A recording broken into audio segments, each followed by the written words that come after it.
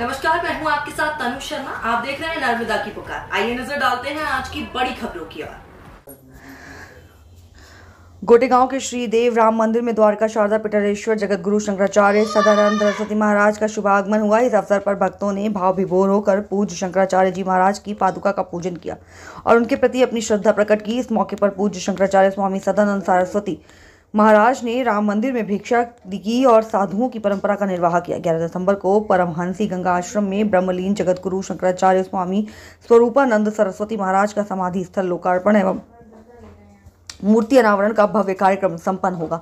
इस अवसर पर विधायक महेंद्र नागेश, अजीत खरेया, जितेंद्र चौबे, बीडी सोनी, नीरज अनुपम, विशाल सिंह पटेल, टिंकू अग्रवाल, रामकिशोर दीक्षित, रितेश दीक्षित, राकेश शर्मा, धनंजय नागेश, परमहंसी गंगा आश्रम थे धीरेन्द्र शर्मा, रघुनाथ राय भी शामिल हुए। शंकराचार्य स्वामी सदानंद सरस्वती महाराज के आगमन पर नगर में आतिशबाजी की गई और ढोल नगाड़े बजाए गए। इस अवसर पर स्वर्गीय राजाराम चौकसे एवं रिटायर्ड शिक्षिका कमलाबाई चौकसे ने अपनी मकान श्री राम मंदिर को समर्पित कर दिया।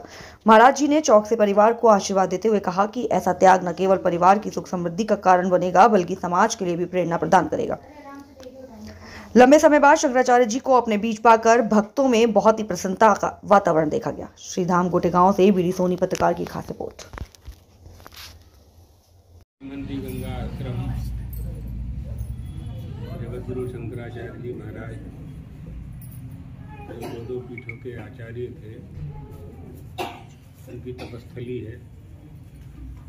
वहाँ से उन्होंने अपनी आध्यात्मिक यात्रा प्रारंभ की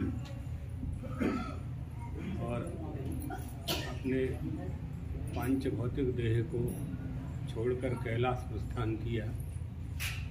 उसी स्थान पर उनके स्मरण के लिए देश में उनके लाखों शिष्य हैं, तो उनका स्मरण होता रहे, वो उनकी पादुका पूजन कर सकें और उनके स्वरूप का दर्शन कर सकें। ये तदर्थ समाधि का उद्घाटन, जिसका निर्माण हो चुका है, प्राचीन वास्तुकला का आश्रय लेकर उसका निर्माण किया गया है।